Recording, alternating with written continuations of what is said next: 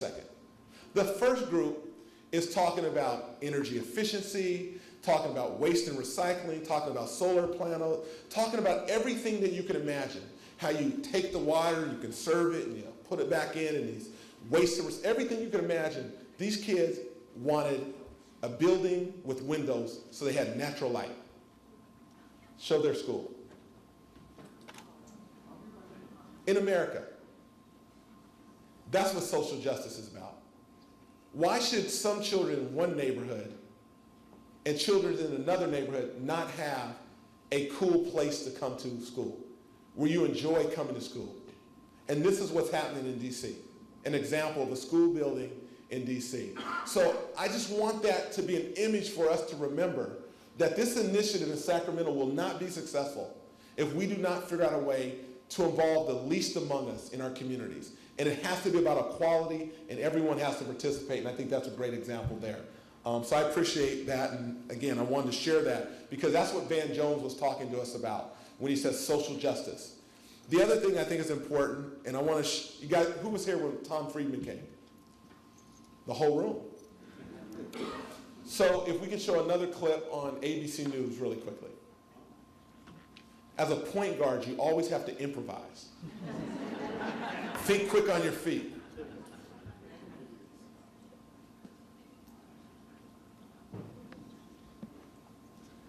Lauren, what do you think?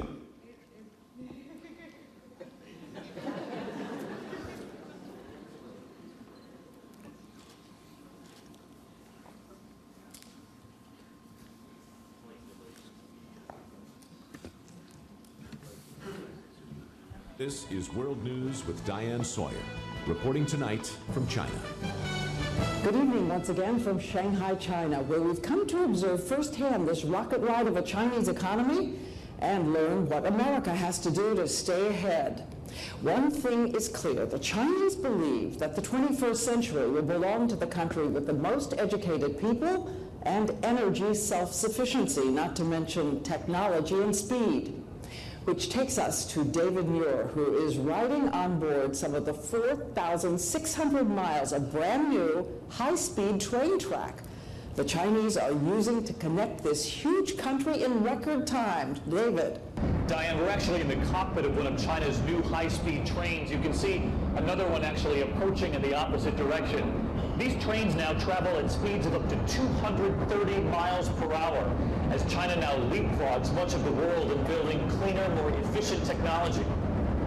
The crush of passengers in Beijing waiting to board one of the fastest trains in the world. A 30-minute trip that would take an hour and a half on America's high-speed train. It's all part of China's green mission underway right now. Will this reduce China's dependence on oil? Yes, he says, it's energy efficient. China spends, by some estimates, a staggering $12 million every hour on green energy. And we discover it everywhere. The landscape lined with the largest number of wind-powered turbines in the world. And south of Shanghai, this country town now powered by the sun, from the small towns to the big cities. Take a look at this public escalator at a complete standstill here. Like so many escalators in China, they're energy efficient. They don't actually start moving until they sense that someone is about to get on. Then there's just enough energy to get you down to the bottom. There is a reason for all of this, and it's not global warming. China is doing this because it has to. China does not have a choice. As a country, deal with serious resource scarcity and environment degradation. China needs to find a better way to survive. China is devouring oil and coal, electricity use doubling in just the last decade. 6 million new cars added to the roads in just the last year. And because of this, it's now believed China is spending 10 times what the US does on green technology, and it's fueling something else, profits. We travel south of Beijing to Yingli Solar, where they've turned this green moment here into their moment back in the US. We can find solar panels on homes in California. Yes. Made right here. Yes. Yes. Do you say with a smile? Yeah. We placed calls back home, and just today, another delivery. Chinese solar panels delivered to an elementary school outside Northern California. But there are now serious questions on Capitol Hill about whether China is playing fair in this green game. There are political leaders in America who believe you have an unfair advantage because your government helps you produce what we see here. How do you respond? Yeah, I think it's not true, and I won't necessarily agree with that. But are you getting help from the Chinese government? No. It is a matter of huge dispute back in the U.S. Even so, it's one more green industry now on the fast track here, just like those high-speed trains. As this train travels back from Tianjin to Beijing, we've learned that China now plans to test an even faster train come the new year, one that travels 500 kilometers an hour. That's more than 300 miles per hour, Diane. Thank you, David. And now on to that other big Chinese goal, education. There is a statistic that is alarming to Americans. America has dropped from #1 in the world to #12 in the world in the number of per capita college graduates. And China, which has long lagged so far behind. All right, so think about that. You guys have heard this over and over again. If we want to think big and bold, Tom Friedman, when he was out here, he did a great job of talking about America and the challenges that we have, and he said green is the new red, white, and blue. It's got to be the fuel in terms of our opportunities. So he talked about a moonshot, and he used China as an example. He said China has a multi-billion dollar 25-year horizon in terms of the moonshots that they're doing over there. The first one is, which you just saw, is the high-speed trains. Secondly, it's the ultra-modern airports. Third is bioscience. And the fourth one is the electric cars, that industry. They are spending $15 billion in seed money in their country to make sure they're leading the new batteries and the companies for electric vehicles. Think about that for us.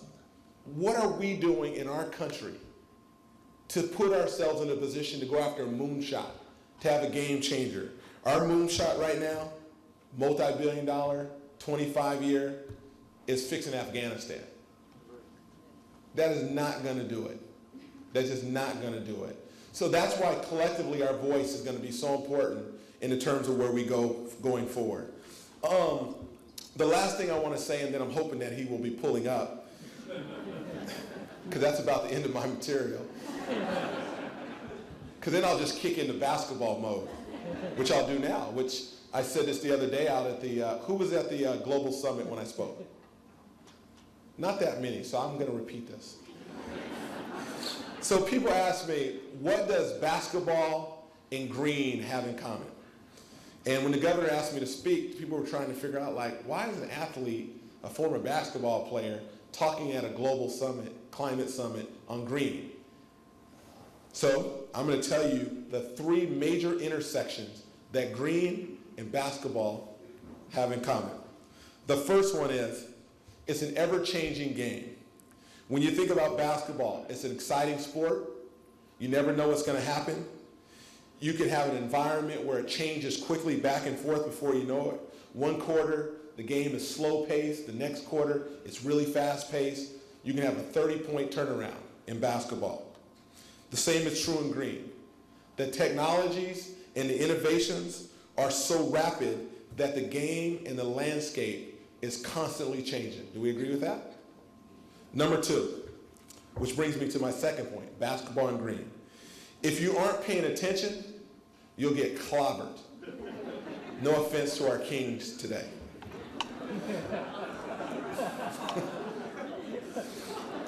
In terms of basketball, if you don't pay attention to detail and if you don't anticipate, you're going to get left behind. You know, you got to know what the opposing teams are doing. You have to know what they're thinking. You always have to be on your toes. Likewise, in terms of green, the nations who are not keen to understanding that green is the next wave of prosperity on so many different levels are going to be left behind. And I think that was the example of what's happening in China. And then the third example in terms of basketball, and I think a lot of you know this, my strength as a player, I was a point guard, and I always played to win, but you have to be aggressive. And I think the same is true here. So in basketball, you have to kind of assess your talent, your resources, your teammates. You have to develop a strategic game plan, and then you have to execute that. The same is true in green. You have to know what the many different nations are doing. But the green industry and technology is about who drives and who aggressively invests in green. And I think at the end of the day, that's going to be a differentiator. So I'd like to think in our community, we're going to aggressively invest our significant resources, and then this Greenwise initiative has to make sure we execute whatever it is that comes out of our action plan. So in short, take it to the whole if you believe in green.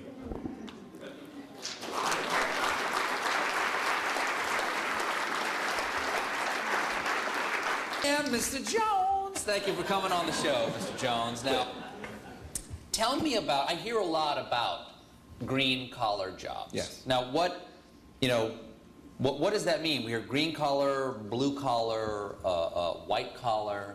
Why the collar bubble? Is the real boom in the collar economy? No. A green collar job is a job that's good for your pocketbook, but it's also good for the earth. It's a job like in the solar industry or in organic cuisine. So jobs that don't subtract from your health while they add to your wealth. So what do you want to do with green collar jobs? Yeah. Well, what we want to do is to create a situation where people who don't have jobs right now can actually get employed doing the work that needs to be done. If you think about it. So this is job creation, not just taking advantage of an industry that already exists. You want to actually create the industry? Well, exactly. Well, yes, we do. And you have to think about it. The solar industry right now is growing. If we're going to beat global warming, we're going to have to weatherize millions of buildings. We're going to have to put up millions of solar panels. That's thousands of contracts, millions of jobs. And so we used to think about... But how do we know this is even going to happen? Okay, I hear a lot about it, okay? I hear a lot that this is going to be a booming thing, green collar jobs, solar... But you know what? When I was a kid, they promised me a jetpack. Where's my jetpack? And where's my little TV right here? Yeah. I don't understand. Yeah, well, listen, I tell you what, if we're going to give you a jetpack, it needs to be a solar jetpack, and I'll tell you why. Are you interested in solar energy because that is a solar panel for a love machine up there? Maybe? Move on? Okay. You've got this idea of green collar jobs, not jails. What do you mean by that? Well, by that I mean, if you think about it, the United States, we have 4% of the world's population. We put out 25% of the world's greenhouse gases, and we also have 25% of the world's prisoners. You think, well, there's no relationship between those two things. But actually, it means that some people think we've got a disposable planet and we've got disposable people. Why don't we have the prisoners do the green collar jobs? Well, you ever seen those guys picking up trash by the side of the highway? Because that's a green collar job, isn't it? Well, we think we can go one better than that. Again, if we're going to actually deal with the fact we've got energy prices going through the roof, we need to get into an economy where we're conserving energy, we're not wasting it, where we're using clean, renewable energy that we can make here in the United States, not importing it. So rather than just thinking about people picking up trash, we can think about people becoming solar engineers, people putting up solar panels on people's houses. That's good jobs that pay well. They're good for the earth. They keep us out of wars for oil, which some people think we're involved in right now. So we can build a green economy in this country. What would you call the economy that's dirty? Would you call that a brown economy or a gray economy? Yes, we would call that the gray economy, the pollution-based economy, which frankly right now, it adds to cancer, asthma. It's with the energy prices going up with oil and everything else, we're going to be in a situation, if we're not careful, where a huge part of our GNP is going to be going overseas, more and more, $100 a barrel, $200 a barrel. Instead of doing it that way, why don't we create clean and green jobs here in the United States? So does the green economy actually clean up the gray economy? Well, the green economy is the economy that... yeah, sure. Whatever, it's your economy. Sure, look. It's your unicorn herding. Look. You have a pollution-based economy right now. And it's working. Go ahead. It's working for whom? Me. I'm doing fine, Jack. I bet you are. But in a good chunk of this country, people right now, they're losing their jobs. Jobs are going overseas. And we're still training our young people for the pollution-based jobs of the last century. They're leaving the country anyway. The good thing about green-collar jobs is they're jobs that have to be done here in the United States. You're going to put up solar panels, you got to do it here. You're going to build wind farms, you got to do it here. So those are jobs for U.S. workers to be a part of a growing part of the economy. Now, we should be making sure that our government is actually pushing those kind of jobs. We're giving billions of dollars of subsidies to oil companies who right now are making hand over fist. Why don't we put that money in the hands of the solar industry, the wind industry, green construction, and put people back to work doing things that are actually good for their I recommend you pocketbook. first get a president who used to work in the solar power industry. And I get a leg up there. Well, thank you so much for joining us. Thank you.